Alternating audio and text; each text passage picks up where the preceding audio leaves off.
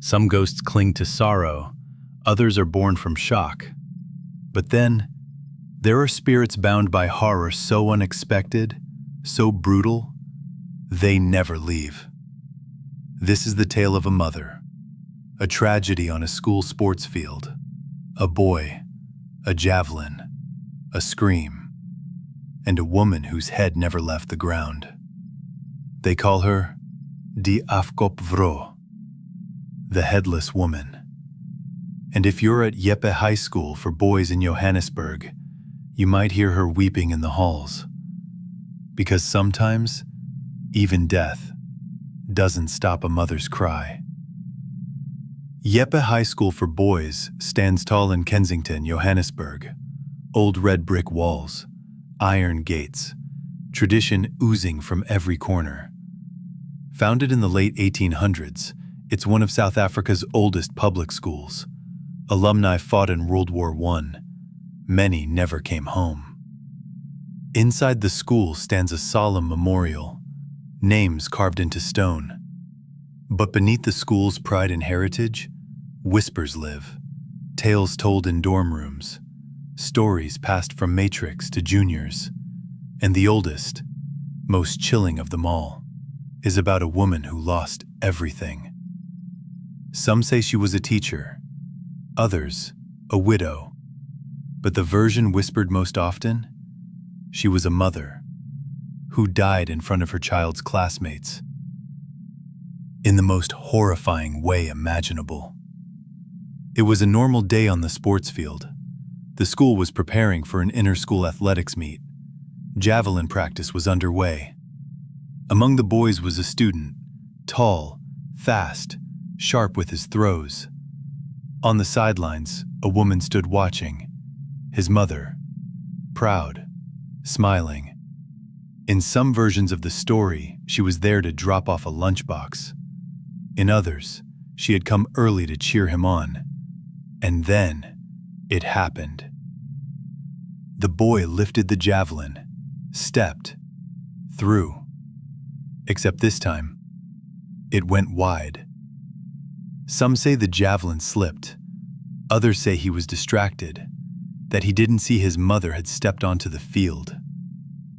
But what is always the same is what happened next. The javelin struck her in the neck. There was a scream, then silence, and then chaos. The force of the spear, long and sharp, nearly decapitated her on impact. Blood soaked the grass. The field fell still. Boys dropped their water bottles. Teachers ran. But it was too late. She collapsed, her head still attached by a thread, her son kneeling beside her in shock. The school covered it up quickly. The newspapers blamed a tragic sports mishap. No names were printed, but the boys who saw it, they never forgot. Whispers grew in the weeks that followed.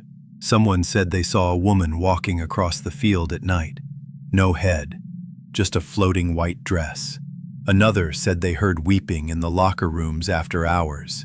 The boy, her son, was said to have been withdrawn, barely spoke again. Eventually, he transferred schools. But the ghost stayed. And soon, everyone at Jeppe knew her name.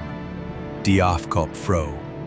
They say she appears only at night, usually before big sports events, always around the field, or in Payne Hall, the school's oldest and eeriest building. Some nights, junior boarders hear water dripping when the taps are off.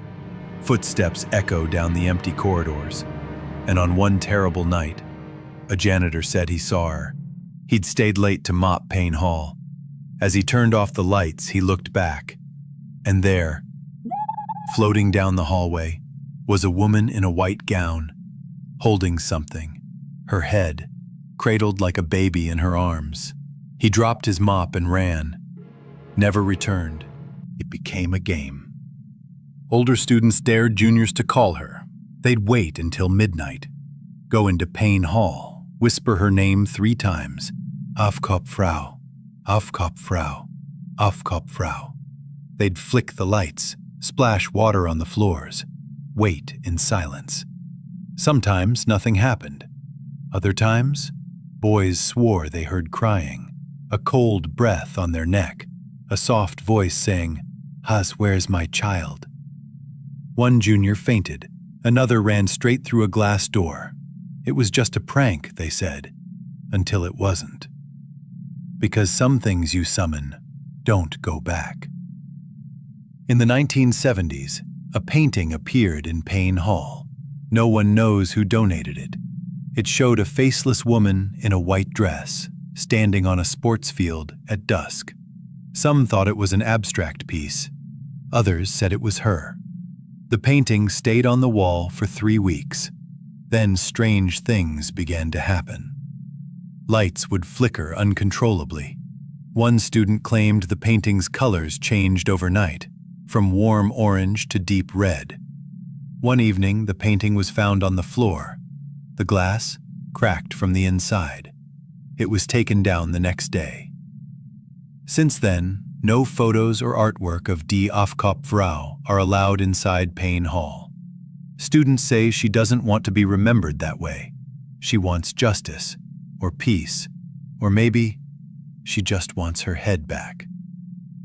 Like many South African legends, this one is more than just a scare. It's a warning about grief, about loss, about how quickly life can change.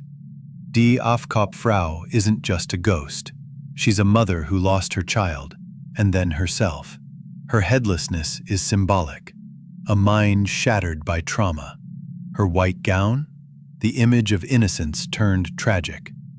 She's the consequence of carelessness, the spirit of sorrow that won't fade. She reminds students to respect danger, to treat javelins and life with caution.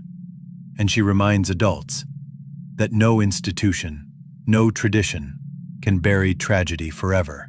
They still tell her story at Jeppe High School. Some say she walks the halls only when the moon is full. Others say you can still hear her crying in the locker room showers. But one thing is certain: every boy who has passed through those gates knows her name. Die Afkop Vrou. She haunts not just the school, but the stories that keep it alive.